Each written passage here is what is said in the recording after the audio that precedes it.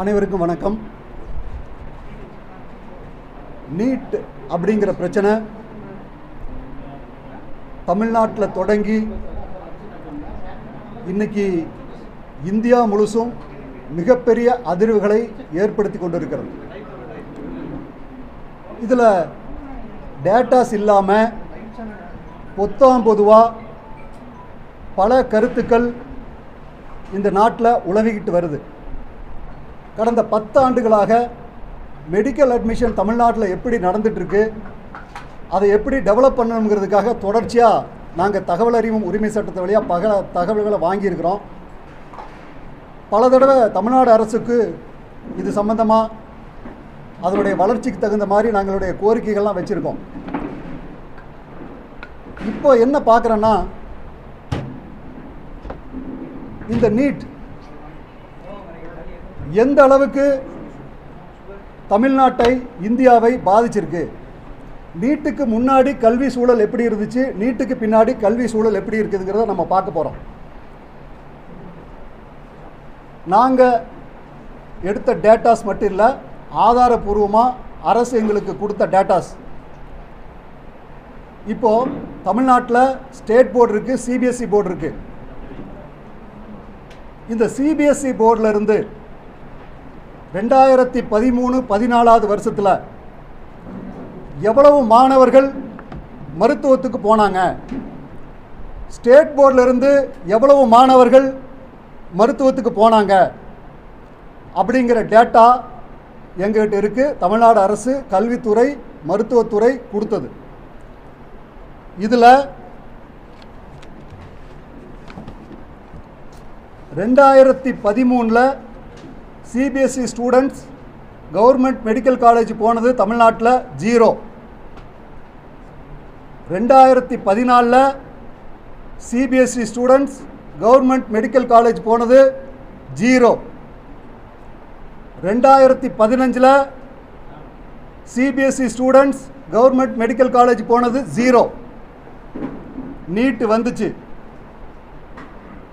2017 ஒரே வருஷத்தில் 957 பேர் மெடிக்கல் காலேஜுக்குள்ளே போயிட்டாங்க. தமிழ்நாட்டில் +2 ஸ்டேட் போர்டில் மெட்ரிகுலேஷனில் எழுதுகிறவங்க பார்த்தோம்னா 8 லட்சம் பேர். சிபிஎஸ்சி இன்னைக்கு ஒரு வருஷத்தில் +2 எழுதுகிறவங்க 75,000 பேர். 617 பள்ளிக்கூடம் தான் சிபிஎஸ்சி ஸ்கூல் தமிழ்நாட்டில் இருக்குது. ஆனால் 7500 பள்ளிக்கூடம் ஸ்டேட் போர்டில் இருக்குது, மாநில அரசினுடைய கண்ட்ரோலில் இருக்குது.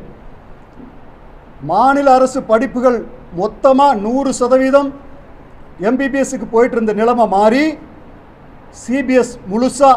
சிபிஎஸ்சி ஸ்கூல் முழுசாக அதை ஆக்கிரமிச்சிட்டாங்க. எவ்வளவு சதவீதம் பார்த்தோம்னா நினச்சி பார்க்க முடியாத அளவுக்கு ட்ரெமண்டஸ் சேஞ்சு. 0லிருந்து போன வருஷம் 1619 சிபிஎஸ்சி ஸ்டூடெண்ட்ஸ் வந்து தமிழ்நாடு மெடிக்கல் காலேஜ் ஸ்கூலில் போயிருக்காங்க. 0 1619 ஆயிருக்கு. அப்போ என்ன நடக்குதுன்னா, தமிழ்நாட்டில் இந்த 10 வருஷத்தில் எல்லாரும் ஸ்டேட் போர்டு விட்டுட்டு சிபிஎஸ்சிக்கு மாறுறதுக்கு ஸ்கூல் தயாராகிட்டாங்க. தொடர்ச்சியாக தமிழ்நாடு முழுசும் எல்லா சிபிஎஸ்சி ஸ்கூலாக கன்வெர்ட் ஆகிட்டு இருக்கு. 2013 390 இருந்த சிபிஎஸ்சி ஸ்கூல் இன்னைக்கு 617 மாறிடுச்சு. அப்போது சாதாரண மக்கள் அங்கே பக்கத்தில் இருக்கக்கூடிய மெட்ரிகுலேஷன் ஸ்கூலில் சேர்த்துறவனெல்லாம் பணக்கார மாணவர்கள் கிடையாது, ஒரு நடுத்தர மக்கள். அவங்ககிட்ட இருக்கிற கொஞ்சம் பணத்தை வச்சு ஒரு மெட்ரிகுலேஷன் ஸ்கூலில் சேர்த்து குழந்தைய படிக்க வைக்கலான்னு பார்ப்பாங்க. நடுத்தர மக்கள். அந்த நடுத்தர மக்களுக்கு ஒட்டுமொத்தமாக இந்த மருத்துவ கல்வி மறுக்கப்பட்டிருக்கிறது. அவர்களோட இடம் குறைஞ்சி போச்சு, மிகப்பெரிய அளவில் குறைஞ்சி போச்சு. அந்த இடத்த முழுச்சா சிபிஎஸ்சி ஸ்கூல் ஆக்கிரமிச்சிட்டாங்க. அப்போ சிபிஎஸ்சி போய் தேடினா தான் மெடிக்கல் காலேஜுக்கு போகக்கூடிய நிலைமை தமிழ்நாட்டில் உருவாகிருக்கு. புதுசாக சிபிஎஸ்சி ஸ்கூல் உருவாக ஆரம்பிச்சிருச்சு. ஒரு பெரிய ட்ரெண்டே மாறிப்போச்சு. ஏன் சிபிஎஸ்சி ஸ்கூல் பிரச்சனை? சிபிஎஸ்சி ஸ்கூலில் கட்டணம் நிர்ணயம் கிடையாது. நீங்கள் மெட்ரிகுலேஷன் ஸ்கூலில் தமிழ்நாடு அரசு கட்டணம் நிர்ணயம் செஞ்சிருச்சு. லிஸ்ட் எடுத்து பார்த்தீங்கன்னா இங்கே இருக்கக்கூடிய ஜிடி மெட்ரிகுலேஷன் ஸ்கூலுக்கு எவ்வளவு கட்டணம் ஆன்லைனில் பார்க்க முடியும். அதுக்கு மேலே அந்த ஸ்கூல் வாங்கினா நீங்கள் போராட முடியும். ஆனால் சிபிஎஸ்சி ஸ்கூலில் எவ்வளோ வேணாலும் கட்டணம் வாங்கலாம், யாரும் கேள்வி கேட்க முடியாது, எந்த ஸ்டூடெண்ட்டை எப்போ வேணாலும் நிறுத்தலாம். அவங்க அராஜகம் பண்ணிகிட்டு இருக்கிறாங்க. அப்படி இருக்கக்கூடிய சிபிஎஸ்சி ஸ்கூலுக்கு என்ட்ரி அதிகமாக போயிடுச்சு. இதில் எவ்வளவு மோசமான நிலைமையில் இது போயிட்டுருக்குன்னு பார்த்துக்கணும். இன்னொன்று என்னன்னு கேட்டிங்கன்னா, ஒரு குழந்தை எல்கேஜியிலிருந்து 14 வருஷம் சிபிஎஸ்சி ஸ்கூலில் படித்தா 50 லட்ச ரூபா செலவு பண்ணணும். சாதாரண பேரண்ட்ஸ் வந்து சிபிஎஸ்சி ஸ்கூலில் படித்து வைக்க முடியாது. அப்போது மெட்ரிகுலேஷன் ஸ்கூல் தான் போவாங்க.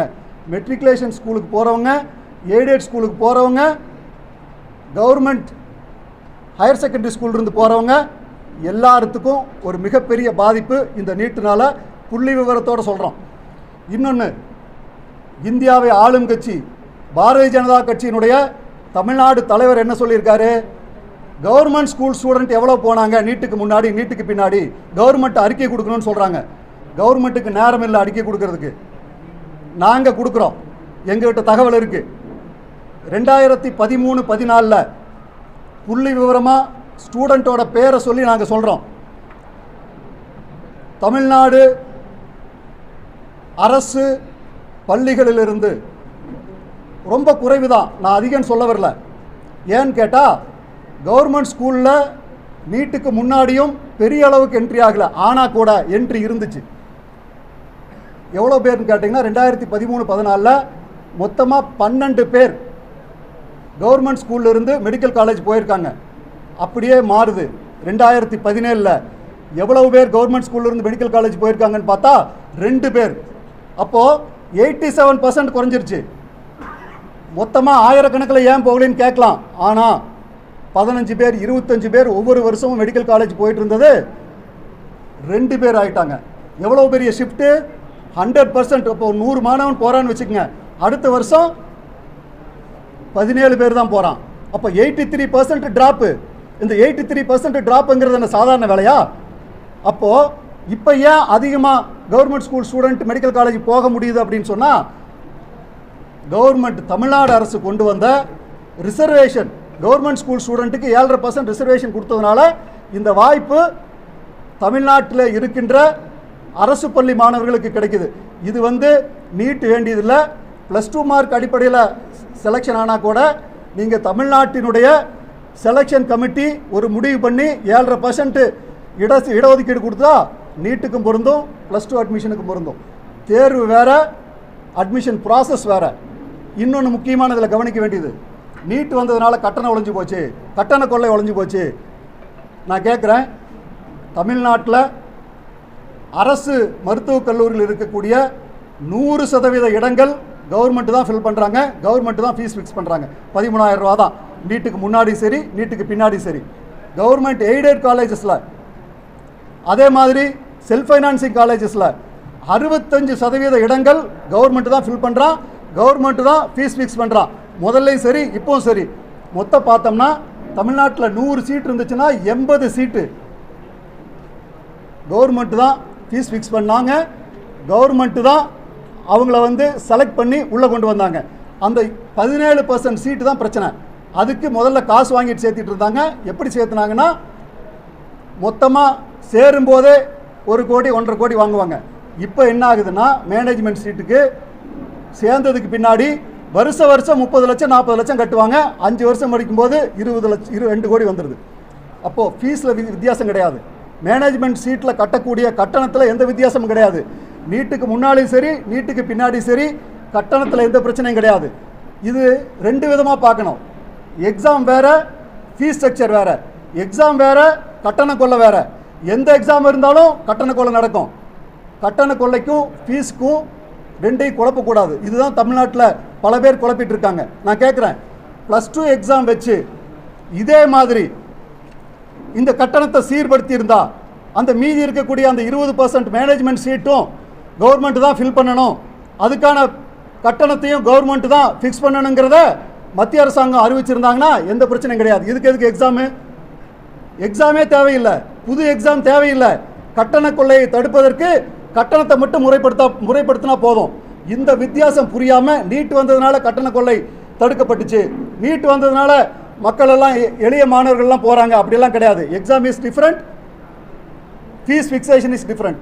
அதனால் இதுக்கும் அதுக்கும் பல வித்தியாசங்கள் இருக்குது. இன்னைக்கு இருக்கக்கூடிய சூழ்நிலையில் அரசு பள்ளி மாணவர்கள் அதே போல் ஏற்கனவே படிச்சுட்டு இருந்த மெட்ரிகுலேஷன் ஸ்கூல்ஸ் 7500 ஸ்கூலில் படிக்கிறாங்க. அந்த 7500 ஸ்கூலில் படிக்கக்கூடிய மாணவர்கள் 8 லட்சம் பேர் இன்னைக்கு +2 தேர்வு எழுதுகிறாங்க. அந்த 8 லட்சம் பேரில் இவங்க போகிறதுனுடைய எண்ணிக்கை குறைவு. ஆனால் அவங்க 75,000 பேர் எக்ஸாம் எழுதுகிறாங்க. அவங்க போகிறதுனுடைய எண்ணிக்கை ரொம்ப ரொம்ப ஜாஸ்தி. எக்ஸாம்பிள் எடுத்துட்டிங்கன்னா மொத்தமாக இருக்கக்கூடிய 7500 இருக்க பள்ளிகளில் 3 பள்ளிக்கு ஒரு மாணவன் மெடிக்கல் காலேஜ் போகிறான். ஆனால் சிபிஎஸ்சி ஸ்கூலில் ஒரு பள்ளிக்கு 3 மாணவன் மெடிக்கல் காலேஜ் போகிறான். அப்போது தமிழ்நாட்டில் எவ்வளவு ஷிஃப்ட் ஆகிருக்குன்னு பாருங்கள். சிபிஎஸ்சி பள்ளிகளை நோக்கி மக்கள் செல்ல வேண்டும். சிபிஎஸ்சி பள்ளிகளை நோக்கி மக்கள் செல்லும்போது ஒரு மாணவனுக்கு எல்கேஜி முதல் சிபிஎஸ்சி கல்லூரியில் சிபிஎஸ்சி பள்ளியில் படித்து முடிக்கின்ற வரை அவனுக்கு 30 லட்சம் 50 லட்சம்னு செலவாயிருது. மெடிக்கல் காலேஜ் சேர்த்துறதுக்கு முன்னாடியே அவன் எக்கச்சக்கமான செலவை அந்த பள்ளிக்கூடத்திலே பண்ணிடுறான். அந்த பள்ளிக்கூடத்துக்கு கட்டணம் ஃபிக்சேஷன் கிடையாது. இதனால் மிகப்பெரிய அளவில் தமிழ்நாட்டில் பாதிப்பு. 7500 ஸ்டேட் போர்டு ஸ்டூடெண்ட்டுக்கு பள்ளிகளில் படிக்கின்றக்கூடிய 8 லட்சம் ஸ்டேட் போர்டு ஸ்டூடெண்ட்டுக்கு ஒவ்வொரு வருஷமும் எக்ஸாம் எழுதுகிறாங்கல்ல, அத்தனை பேருக்கும் ஒரு மிகப்பெரிய பாதிப்பு இந்த நீட்டால் ஏற்படுகிறது. நீட்டுக்கு முன் நீட்டுக்கு பின் என்று எடுத்தால் எல்லா விதத்திலும் எந்த விதமான மாற்றமும் இல்லை. கட்டண கொள்ளையில் மாற்றம் இல்லை. என்ன பிரச்சனை? சேரக்கூடிய மாணவர்களுடைய விகிதம் ஸ்டேட் போர்டில் படிக்கிறவங்கள கொஞ்சம் கொஞ்சமாக சிபிஎஸ்சிக்கு நகர்த்திட்டு இருக்கு. இவ்வளவு பெரிய பிரச்சனைகள் இதில் இருக்குது. இது மட்டும் கிடையாது, இன்னொரு தகவலையும் சொல்கிறேன். இப்போ தமிழ்நாட்டு நேட்டிவிட்டி இருக்கிறவங்க ஓப்பன் ஸ்கூலிங்கில் வெளி மாநிலத்தில் நிறைய இடத்துல கோச்சிங் சென்டர் இருக்குது. கோட்டா மாதிரி இடத்துல போய் படிச்சுட்டு அந்த வழியாக மறுபடியும் நம்ம தமிழ்நாட்டில் இருக்கக்கூடிய மெடிக்கல் காலேஜில் என்ட்ரி பண்ணிடுறாங்க. அப்போ நம்ம ஊரில் இருக்கிற சாதாரண ஏழை மக்கள் இங்கிருந்து ராஜஸ்தானில் கோட்டாவில் போய் படிக்க முடியுமா? எல்லா மாநிலங்கள்லேருந்தும் கோட்டாவில் போய் படிக்கிறான், ஹைதராபாத்தில் போய் படிக்கிறான். இது மாதிரி கோச்சிங் சென்டருக்குன்னு இப்போ எப்படி திருப்பூரில் பனியன் தொழிற்சாலைக்கு திருப்பூர் ஃபேமஸோ அந்த மாதிரி கோச்சிங் சென்டருக்கு ஃபேமஸ்ஸு கோட்டா. தமிழ்நாட்டிலிருந்து பல மாணவர்கள் கோட்டா போகிறான். இங்கேருந்து ஓப்பன் ஸ்கூலிங், நீங்கள் ஸ்கூலுக்கே போக வேண்டாம், அங்கே போய் கோச்சிங் சென்டரில் படிச்சுட்டு வந்து அந்த மார்க்கை வச்சு தமிழ்நாடு நேட்டிவிட்டி வச்சு நீங்கள் தமிழ்நாடு மெடிக்கல் காலேஜில் உள்ள சேர்ந்துக்க முடியும். அப்போ எவ்வளோ பெரிய கொடுமை இங்கே நடக்குது. எப்படி வேணாலும் மாற்றி இதில் எந்த சூழ்நிலையிலும் இந்த நீட் என்பது தமிழ்நாட்டினுடைய மாணவர்களுக்கு மிகப்பெரிய கேடாக அமைகிறது. யார் வேணாலும் விவாதத்துக்கு வருங்க, நேருக்கு நேர் உட்காரலாம், பேசுவோம், பேசி முடிவு பண்ணலான்னு சொல்கிறீங்களா? டேட்டாஸ் வச்சு பேசியே முடிவு பண்ணலாம். இன்றைக்கி மத்திய அரசாங்கம் ஒரு தெளிந்த மனப்பான்மையோடு அணுகணும் இந்த பிரச்சனையை. நாங்கள் எடுத்துட்டோம், மாற்ற மாட்டோம். எப்படி விவசாயிகள் பிரச்சனையை மாற்றினாங்க? விவசாயிகள் பிரச்சனை 3 சட்டம் போட்டாங்க நரேந்திர மோடி பலமாக இருக்கும்போது. இப்போ இருக்கிற மாதிரி கூட கிடையாது. அன்னைக்கு பலமாக இருக்கும்போது மக்களுக்கு விரோதமாக, விவசாயிகளுக்கு விரோதமாக 3 சட்டங்களை நாடாளுமன்றத்திலே நிறைவேற்றினார்கள். ஆனால் மிகப்பெரிய போராட்டத்திற்கு பின்பு மத்திய அரசாங்கமே அந்த சட்டத்தை தூக்கி போட்டு விட்டது. அதனால் மக்களுக்கு விரோதமாக இருக்குது. இவ்வளவு தூரம் டேட்டாஸ் எல்லாம் இருக்குது. இதெல்லாம் அனலைஸ் பண்ணி பார்த்ததுக்கு பின்னாடி மத்திய அரசாங்கம் ஒரு முடிவு பண்ணுங்க. எப்படி விவசாய சட்டத்தை தூக்கி வெளியில் போட்டிங்களோ அதே மாதிரி இந்த நீட்டை தூக்கி வெளியில் போடுங்க. தமிழ்நாடு முழுசும் மட்டும் இல்லை, இந்தியா முழுசும் இருக்கக்கூடிய ஒட்டுமொத்த சமுதாயமும் மக்களும் மாணவர்களும் உங்களை வாழ்த்துவார்கள். நன்றி, வணக்கம். மத்திய அரசு சரி, மாநில அரசு சரி, பல்வேறு குற்றச்சாட்டுகளை வச்சுட்டே தான் இருக்காங்க. அது ரொம்ப காலமாக போயிட்டு இருக்கு. நீங்களும் நிறைய பிரச்சனைகளை சொல்றீங்க. நல்லா கேட்குறேன்னா 7.5% இடஒதுக்கீடு கொண்டு மத்தியில் பாஜக அரசு தானே இருக்கு. தமிழ்நாட்டில் அண்ணாமலை என்னென்னமோ நிறைய பேசுறாரு. ஏன் இதை அதிகப்படுத்துறதுக்காக அண்ணாமலையும் முயற்சிக்க மாட்டேங்கிறாரு, மாநில அரசும் முயற்சிக்க மாட்டேங்கிறாங்க. அதாவது இந்த 7.5% அதிகப்படுத்தணுங்கிறது ஸ்டேட்டோட கையில் இருக்குது. இப்போ ஸ்டேட் தான் 7.5% வந்து இன்க்ரீஸ் பண்ணாங்க. இது வந்து ஸ்டேட்டோட லிபர்ட்டி. மத்திய அரசாங்கம் இதில் நம்ம எப்போவுமே என்ன சொல்கிறோன்னா, மாநில அரசினுடைய அதிகாரத்துக்குள்ளே வராதிங்கன்னு சொல்கிறோம். இப்போ இந்த 7.5% 20% பண்ணணுமா, 25% பண்ணணுமா அப்படிங்கிறது மாநில அரசினுடைய முடிவு. இப்போ இருக்கக்கூடிய திமுக அரசாங்கத்துக்கு அந்த கோரிக்கை வைப்போம், நிறைவேற்றிட்டோம். அரசியல் பேசுறாங்க, திமுக நிறைய போராட்டங்கள் நடத்திட்டு இருக்குது. ஏன் ஆனால் இதுக்கான முயற்சிகளை வந்து அவங்க எடுக்க மாட்டேங்கிறாங்க? இதில் என்ன அரசியல்? அதாவது நீங்கள் சொல்கிறது 7.5% 20% ஆகணும்னு சொல்கிறீங்க. நிச்சயமாக திமுக அரசாங்கத்துக்கு கோரிக்கை வைப்போம், அவங்க செய்யட்டும்.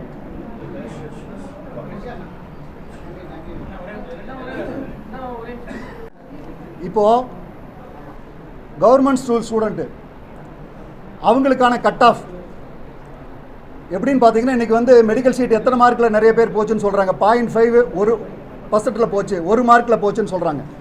இன்றைக்கி எப்படி நம்ம கவர்மெண்ட் ஸ்கூல் ஸ்டாண்டர்ட் இருக்குதுங்கிறதே நம்ம புரிஞ்சுக்கணும். ஏன்னு கேட்டோம்னா அந்த சாதாரண இருக்கக்கூடிய கிராம மக்களுக்கு, கிராம மாணவர்களுக்கு பல்வேறு சூழ்நிலைகள் இருக்குது. அந்த சூழ்நிலைகளில் அவங்க வந்து எல்லாமே படிக்கக்கான வாய்ப்பு குறைவு. அப்போது இந்த கட் ஆஃப் எவ்வளோ இருக்குதுன்னு பார்த்துக்குங்க. 2023 BC cut off Coimbatore medical காலேஜில் 628. ஆனால் அதே சமயத்தில் கவர்மெண்ட் ஸ்கூல் ஸ்டூடெண்ட்டுக்கு 440. அதாவது அவங்களுக்கு இந்த வாய்ப்பு கிடைக்குது, மெடிக்கல் காலேஜ் போகிறாங்க. ஆனால் இந்த கட் ஆஃப் வந்து 440, வித்தியாசம் எவ்வளோ 188. அப்போ அவங்களால ஸ்கோர் பண்ண முடியல. அப்போ கவர்மெண்ட் ஸ்கூல் குழந்தைங்களால கஷ்டப்படுறாங்கங்கிறது இதிலிருந்து புரியுது.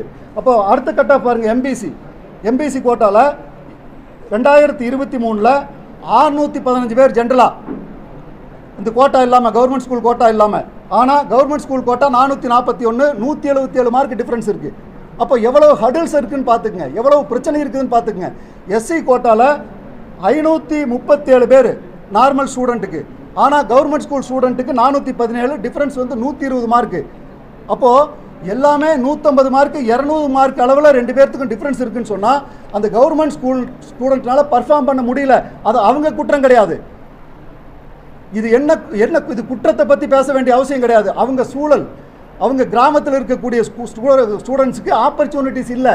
இப்போ இன்றைக்கி பார்த்தீங்கன்னா கோயம்புத்தூர் முழுசும் பல பத்திரிகைகளில் முழு பக்க விளம்பரம் எது வருது? நீட் சம்மந்தமாக வருது. முதல்லாம் எப்படி வரும்னா ஜவுளி கடை விளம்பரம் வரும், நகைக்கடை விளம்பரம் வரும். ஆனால் இன்றைக்கி நீட்டுக்கான விளம்பரம் பக்கம் பக்கமாக வருது. அப்போ எதில் காசு இருக்குது?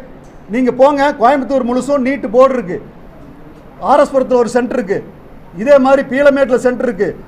9ஆவதுலேருந்து படிக்க வைக்கிறாங்க. ஒரு வருஷத்துக்கு நீங்கள் கட்டக்கூடிய கட்டணம் வந்து 8 லட்ச ரூபா 10 லட்ச ரூபா வரைக்கும் வாங்குறாங்க. ஏவரேஜாக பார்த்தா 3 லட்ச ரூபா வாங்குறாங்க. அப்போ நீங்கள் யோசிச்சு பார்க்கணும், இவ்வளவு கட்டணத்தை எப்படி கொடுக்க முடியும்?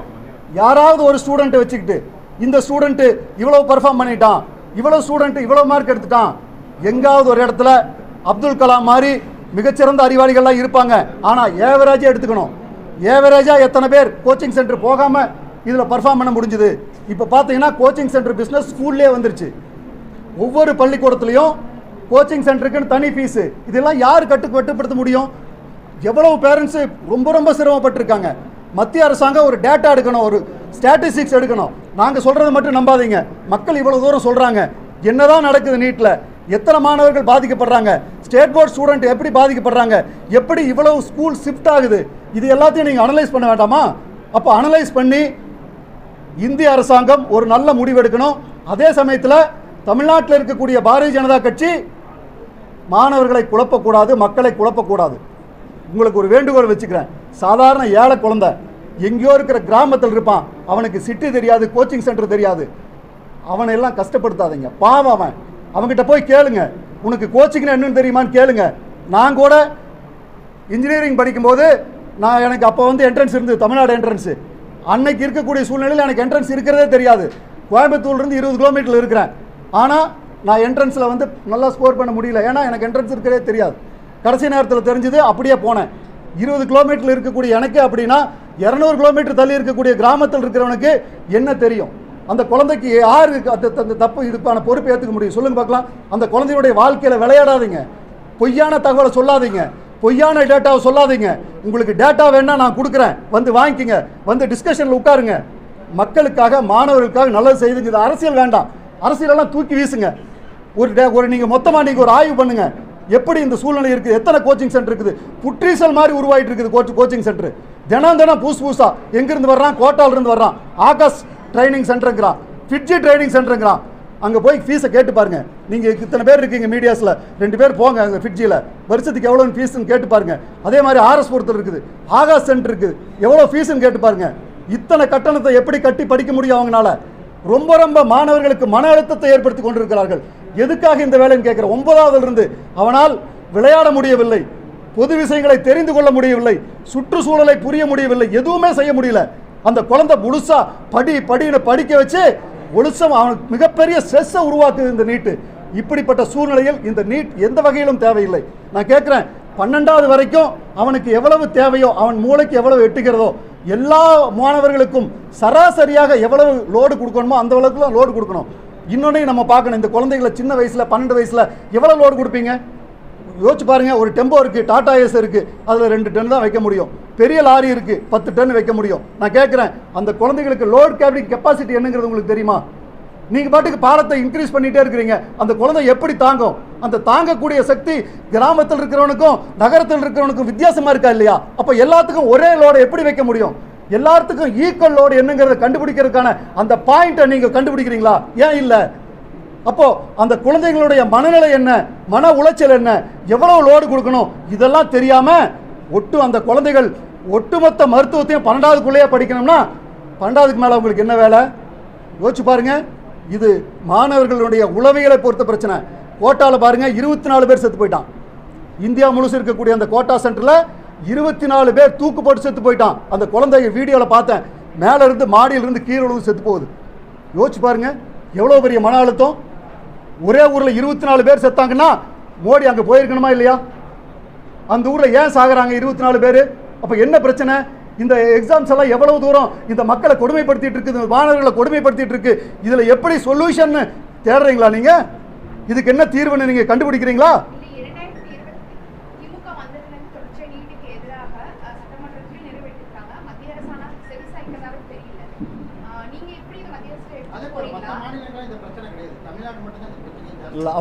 அவங்களுக்கு முடிச்சுட்டு வந்துடுறேன்.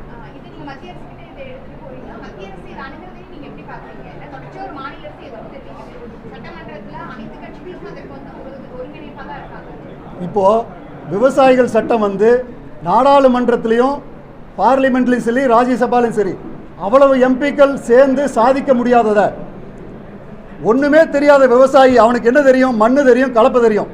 இது ரெண்டே தெரிஞ்சவன் எப்படி டெல்லியில் போய் உட்காந்து சாதிச்சான்? அதனால இது வந்து மக்கள் பிரச்சனையாக மாறணும். இது வந்து அரசியல் பிரச்சனை அல்ல, மக்கள் பிரச்சனையாக மாறணும். மக்கள் தெருவுக்கு வரணும். தமிழ்நாட்டில் இருக்கக்கூடிய எல்லையெல்லாம் அடைக்கணும். மிகப்பெரிய போராட்டத்துக்கு இந்த மக்கள் தயாராகணும். அப்படி தயாரானா மத்திய அரசாங்கம் அடுத்த நாளே சேஞ்ச் பண்ணுவான்.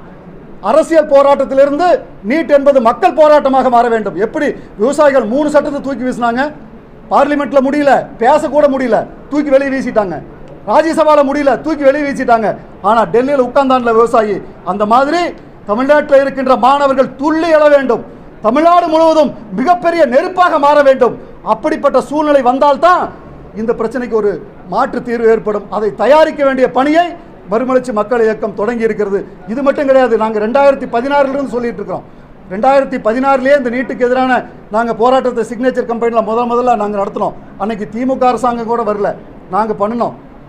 இந்த மாதிரி அடிப்படை தேவைகள் 2013-14 நாங்கள் டேட்டாஸ் வாங்கி வச்சிருக்கிறோம். ஏன்னா அன்னைக்கே வந்து எங்களுக்கு அக்கறை என்னன்னா, கவர்மெண்ட் ஸ்கூல் ஸ்டூடெண்ட் நிறைய பேர் போகிறதில்ல, அன்னைக்கும் போகிறதில்ல, அன்னைக்கும் அதிகமாக போகலை. ஆனால் நீட் வந்ததை விட ஜாஸ்தியாக போனாங்க. அதுக்கு தான் நாங்கள் ஆதாரத்தை கொடுத்துருக்குறோம். நீங்கள் உங்களுக்கு நான் வந்து புள்ளி விவரமாக எந்த மாணவன் எந்த கல்லூரிக்கு போனான் அந்த டேட்டாஸ் எங்கிட்ட இருக்குது. 2013-14 கோயம்புத்தூர் மெடிக்கல் காலேஜில் 150 பேர்த்தில் எந்த மாணவன் எந்த ஊர் எந்த ஸ்கூல் எங்கிட்ட டேட்டா இருக்குது. இது பாரதிய ஜனதா கட்சியினுடைய தலைவருக்கு வேணும்னா நாங்கள் அனுப்பிச்சி வைக்கிறோம், வேணும்னு அனுப்பிச்சி வைக்கிறோம், குழப்பக்கூடாது. அப்போ அந்த 150 பேர்த்தில் ஒருத்தங்க கூட சிபிஎஸ்சி ஸ்கூல் இல்லை. யோசிச்சு பாருங்க, 13-14 ஒருத்தங்க கூட சிபிஎஸ்சி ஸ்கூல் இல்லை. அந்த டேட்டாஸ் கொடுக்குறேன், நீங்கள் வாங்கி செக் பண்ணிக்கங்க.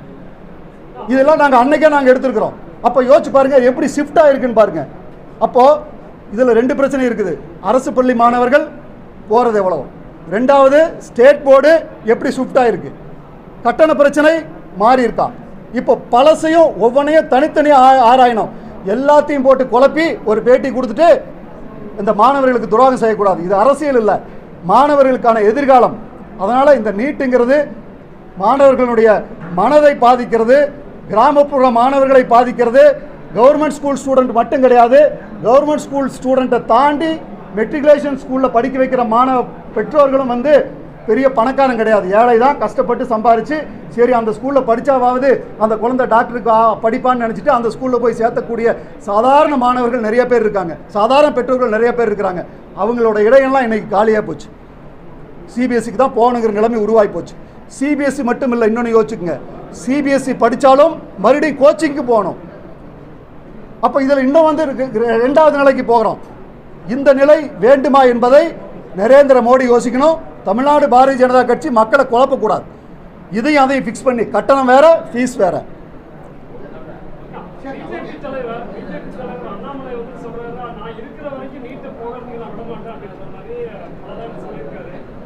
அதாவது அவர் போறதுக்கு விட மாட்டேன்னு சொல்றாரோ, அவர் போராட்டம் பண்றாரோ, அதெல்லாம் நமக்கு பிரச்சனை கிடையாது.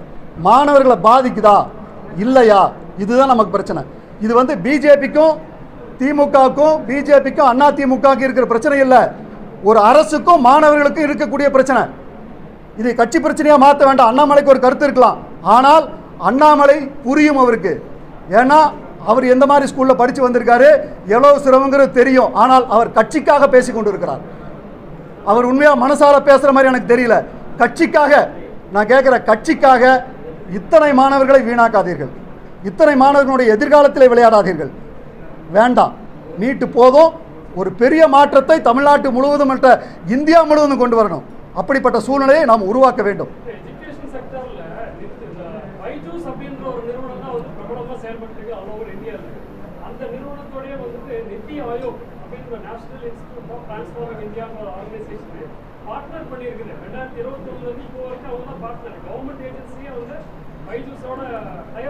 சரி, பார்ட்னரு. அந்த பைஜூஸ் எத்தனை மாணவர்களுக்கு தெரியும்? அந்த பைஜூஸில் 1.5 லட்ச ரூபா கொடுக்கணும். அவன் புஸ்தகம் வாங்குறதுக்கு பணம் இல்லாமல் அரசாங்கம் கொடுக்குது. பைஜூஸ் எப்படி அவனுக்கு தெரியும்? அந்த மாணவன் எப்படி பைஜூஸில் இருக்கக்கூடிய கம்ப்யூட்டரை வச்சுக்கிட்டு அந்த பைஜூஸில் இருக்கக்கூடிய பாடங்கள் எல்லாம் படிக்க முடியும்? அப்போ அவனுக்கு சிரமமாக இருக்கா இல்லையா? அப்போ பைஜூஸ் வந்து இந்த மாதிரி பல நிறுவனங்கள், பைஜூஸ் மட்டும் கிடையாது, கோச்சிங் சென்டர் நிறுவனங்கள் வந்து கடகடகடன்னு வளர்ந்துகிட்டு இருக்கு தமிழ்நாட்டில். இப்போது கோட்டாவில் நான் சொல்கிறேன் இல்லையா, 24 பேர் செத்து போயிட்டாங்கன்னு, ஒவ்வொரு மாநகரத்துலேயும் நடக்குது. பார்த்துக்குங்க. எதிர்காலத்தில் நான் கோட்டா போயிருக்கேன். அந்த ஊரில் போய் அந்த ஊரில் நான் ரிசர்ச் பண்ணியிருக்கிறேன். அந்த ஊரில் எவ்வளவு கஷ்டப்படுறாங்கங்கிறத புரிஞ்சிருக்கிறேன். அப்பா அம்மா வந்து என்ன சொல்லி விட்றாங்கன்னா, நீங்கள் வந்து கோட்டாவில் போய் படித்து எப்படியா டாக்டர் ஆயிரு, எப்படியா ஜேஇ முடித்து ஐஐடி போயிருன்னு சொல்லி அவங்க அப்பா அம்மாவுக்கு இருக்கக்கூடிய ஆதங்கத்தை, அவங்க பையன் எப்படி வரணுங்கிறது எல்லாத்தையும் அந்த குழந்தைகளுக்குள்ளே செலுத்தி கடனை வாங்கி பணத்தை கொடுத்து அந்த ஊருக்கு அனுப்புகிறாங்க. அவனால் முடியலைங்க. என்ன பண்ணுவான்? அப்பா அம்மா பணத்தை கொடுத்து அனுப்புகிறாங்க. ஒரு வாரமான ஃபோனு, மாதத்தில் 2 தடவை ஃபோனு. படிச்சியா? நீ படித்தா தான் இந்த குடும்பம் நல்லா இருக்கும், நீ படிக்கலைன்னா நாங்கள்லாம் நாசமாக போயிடுவோம், உங்கள் அப்பா செத்து போயிடுவார், உங்கள் அம்மா செத்து போயிடுவார், மிரட்டுறாங்க. அவனால் முடியல. என்ன பண்ணுவான்? சூசைட் பண்ணுறான். அப்போ 24 பேர் ஒரு ஊரில் சூசைட் பண்ணுறதை மோடி ஏன் பார்த்துக்கிட்டு இருக்காருன்னு கேட்குறேன். அப்போ இதெல்லாம் மாற்ற வேண்டாமா? சின்ன சின்ன குழந்தைகள் 18 வயசு 14 வயசு 15 வயசு குழந்தைகள் சூசைட் பண்ணும்போது என்ன பிரச்சனைன்னு அங்கே போய் ஆராய்ச்சிங்களா? கோட்டாலிருந்து ரிப்போர்ட் கொடுங்க. இப்போ ஒரு இடத்துல ஒரு பிரச்சனை நடக்குது, ஒரு இடத்துல கொரோனா உருவாச்சுன்னா நாடெல்லாம் பரவுன்னு சொல்லி எல்லாமே நம்ம நடவடிக்கை எடுத்தோம். அந்த மாதிரி கோட்டால் அந்த பிரச்சனை வந்திருக்கு. அது இந்தியா முழுசும் உருவாச்சுன்னா ஒவ்வொரு இடத்துலையும் இருக்கக்கூடிய மாணவர்களுக்கும் பிரச்சனையை நீங்கள் முடிவு பண்ண வேண்டாமா?